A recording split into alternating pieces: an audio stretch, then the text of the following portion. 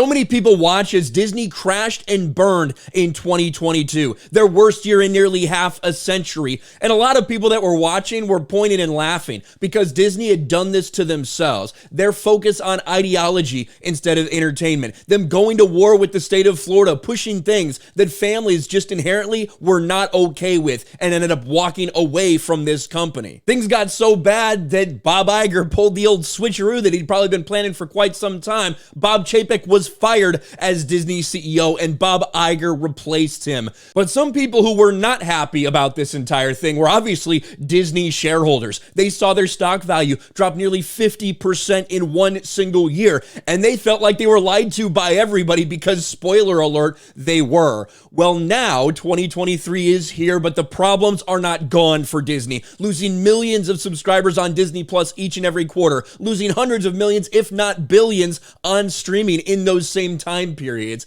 And at least some people are fed up with it. They're filing a lawsuit against Disney and against ex-Disney CEO Bob Chapek and against a bunch of current or former employees. Disney ex-CEO Bob Chapek and the CFO hit with shareholders' suit over streaming losses. We have talked a lot about streaming and about the streaming method and how a lot of people, a lot of companies are looking at this and probably realizing this was a massive mistake. We decided to cut out a huge source of revenue from licensing our things to go be streamed on Netflix or Prime Video or something like that. And instead, we're the ones that are sitting there trying to make up that loss. It's been a nightmare, especially for Disney when you look at their losses. But the losses that they're telling everyone they have might be even worse, and that is part of the problem. They have been lying to shareholders. They've been lying to everybody to try to make everyone think, no, everything's going to be just fine. A shareholder is suing former CEO Bob Chapek, along with former exec Kareem Daniel, current CFO Christine McCarthy. Remember, those people were on opposing sides to get Bob Chapek kicked out of there, and the company itself, alleging violations of security law for misleading statements about Disney Plus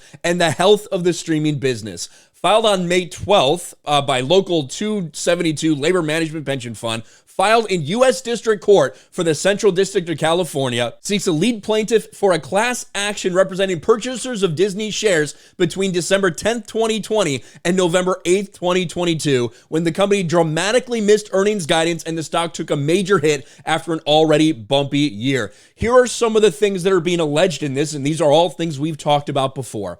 Defendants through the class period made false and or misleading statements and or failed to disclose that Disney Plus was suffering decelerating subscriber growth, losses, and cost overruns. 2, the true costs incurred in connection with Disney Plus had been concealed by Disney executives by debuting certain content intended for Disney Plus initially on Disney's legacy distribution channels, then making the shows available on Disney Plus to improperly shift costs out of the Disney Plus segment.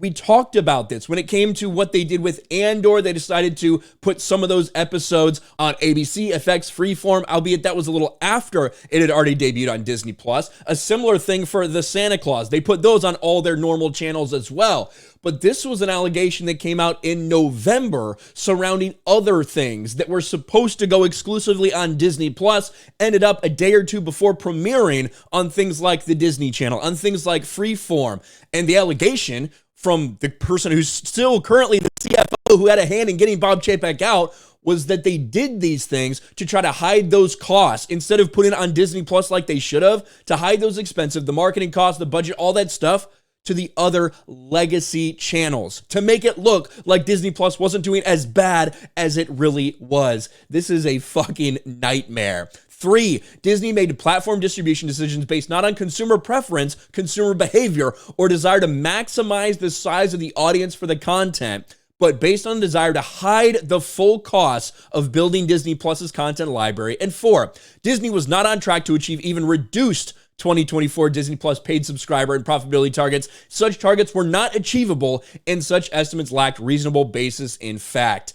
We've seen the funny money that they've had associated with streaming. You know, the only reason that something like Thor: Love and Thunder was considered profitable from everybody was because Disney told you that they decided, after paying all the money to make Thor: Love and Thunder, after already having the rights to Thor: Love and Thunder, they told everybody that they spent $160 million to acquire the rights to Thor: Love and Thunder for Disney+. Think about that for a second. They're taking money from one pocket and moving it into another, as opposed to what would happen before Disney Plus was a thing, where they might sell those rights to Netflix or Amazon or something like that and get a pretty good chunk of change and actually make that money. No, instead they're claiming that they paid themselves $160 million. That's the only reason Thor: Love and Thunder actually made money last year, according to Disney. There's a reason that they are so hesitant right now to show the writers who are striking, which the writers are trash. The writers are terrible. The writers are a big reason why Hollywood is suffering right now.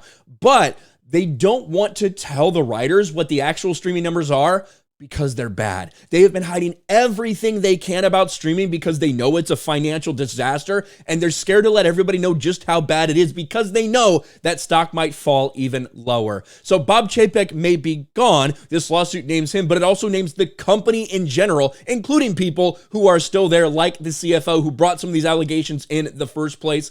This is another nightmare for Disney if this continues to go forward, because we already know they're being funny with all these numbers, and now you've got shareholders that are saying, you know what, this is bullshit. You tricked us all, and it's not legal. Let me know your thoughts about all this in the comments section below. Smash a like button, subscribe to the channel, ring the bell for notifications, share this video out there, and I'll talk to you later.